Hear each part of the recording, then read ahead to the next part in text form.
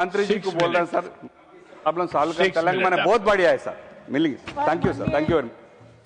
माननीय उपसभापति महोदय जी, मैं पर्यावरण, वन और जलवायु परिवर्तन मंत्रालय के कामकाज पर हो रही इस महत्वपूर्ण चर्चा में भाग लेने के लिए खड़ी हुई हूँ। महोदय जी, आज भारत माननीय प्रधानमंत्री श्रीमान नरेंद्र मोदी जी के नेतृत्व में न केवल अपनी सीमाओं के भीतर पर्यावरण संरक्षण कर रहा है, बल्कि पारिस्थितिक कूटनीति के माध्यम से विश्व का मार्गदर्शन भी कर रहा है। माननीय महोदय जी, मैं मध्य प्रदेश के नर्मदापुरम जिले से आती हूँ, जहाँ माँ नर्मदा मैया कल कल बहती हैं। माँ नर्मदा मैया के दोनों तटों पर प्रचुर मात्रा में औषधि वनस्पति पाई जाती है, जिसका उपयोग एवं पहचान वहाँ के स्थानीय निवासियों को होती है। उन वनस्पति औषधियों का प्रयोग विभिन्न प्रकार के रोगों से निजात तो दिलाता ही है, इसके बावजूद वहाँ स्थानीय लोगों को रोजगार देने का काम भी करता है।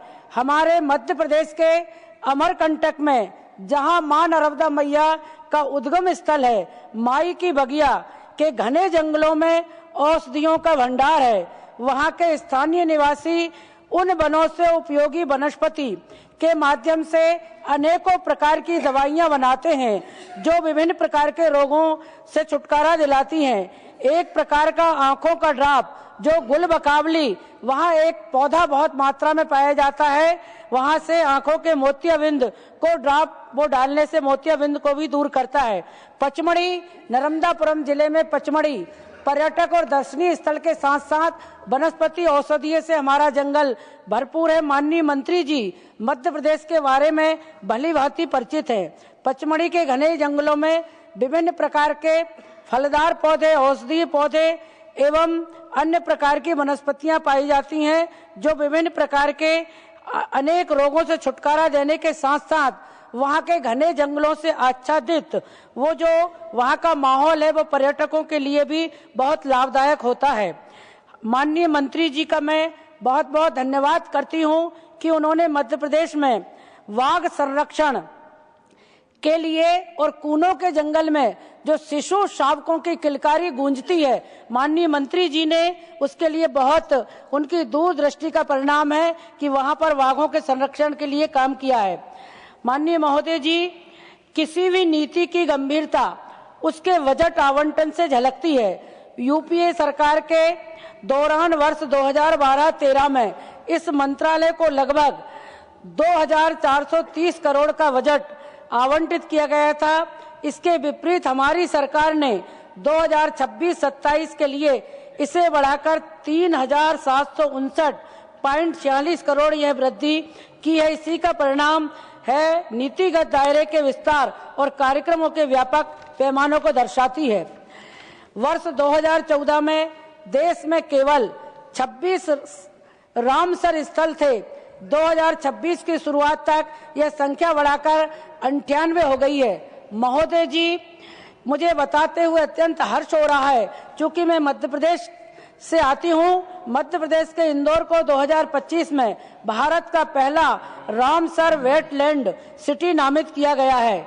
यह जलाशयों और आर्द्र भूमियों को महत्वपूर्ण राष्ट्रीय अवसंरचना के रूप में देखने का हमारे विजन का परिणाम है। हमारे मध्य प्रदेश के घने जंगलों के बारे में अभी विस्तृत जानकारी, बहुत सारी जानकारी हमारे मंत्री जी के संज्ञान में है और उन्होंने बहुत अच्छे अनुकरणीय कार्य मध्य प्रदेश के अंदर भी किए हैं, जैसे कि ग्लोबल फॉरेस्ट रिसोर्स असेसमेंट 2025 के अनुसार शुद्ध वार्षिक वन क्षेत्र वृद्धि के मामले में भारत आज विश्व में तीसरे स्थान पर है। साथ ही वाघों के संरक्षण में हमने अभूतपूर्व सफलता प्राप्त की है। वर्ष 2010 में जहां जंगली वाघों की संख्या 1706 थी, वह नवीनतम डेटा के अनुसार बढ़कर 3682 हो गई है। आज विश्व के लगभग 75% जंगली बाघ भारत में सुरक्षित निवास करते हैं। नर्मदापुरम में मां नर्मदा मैया की कृपा से घने सतपुड़ा के घने जंगलों से हमारी सरकार की नगर वन योजना के तहत 654 करोड़ के निवेश से 620 शहरी वन विकसित करने को स्वीकृति दी गई है। इन परियोजनाओं का लाभ मेरे क्षेत्र जैसे वनाच्छादित अंचलों को सीधे तौर पर मिल रहा है, जिससे पर्यटन और संरक्षण के बीच एक समन्वय और स्वस्थ संतुलन बना हुआ है। हम भारत सरकार की प्रशंसा करते हैं। हमारे मध्य प्रदेश के यशस्वी मुख्यमंत्री डॉक्टर मोहन यादव जी के नेतृत्व में भी निरंतर वनों के संरक्षण और जलवायु और औषधियों के विस्तृत विकास के लिए ध्यान दिया जा रहा है।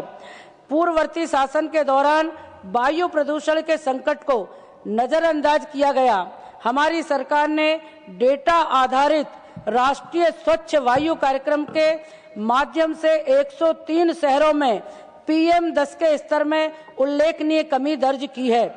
एक पेड़ मां के नाम अद्भुत कार्यक्रम देश के यशस्वी प्रधानमंत्री नरेंद्र मोदी जी के आह्वान पर पूरे देश के अंदर एक पेड़ मां के नाम लगाए गए और इस अभियान के तहत जून 2024 से अब तक 262.4 करोड़ से अधिक पौधे लगाए जा चुके हैं। इसके साथ ही मिशन लाइफ के माध्यम से 6 करोड़ से अधिक प्रतिभागी अपनी जीवन शैली में सकारात्मक बदलाव ला रहे हैं।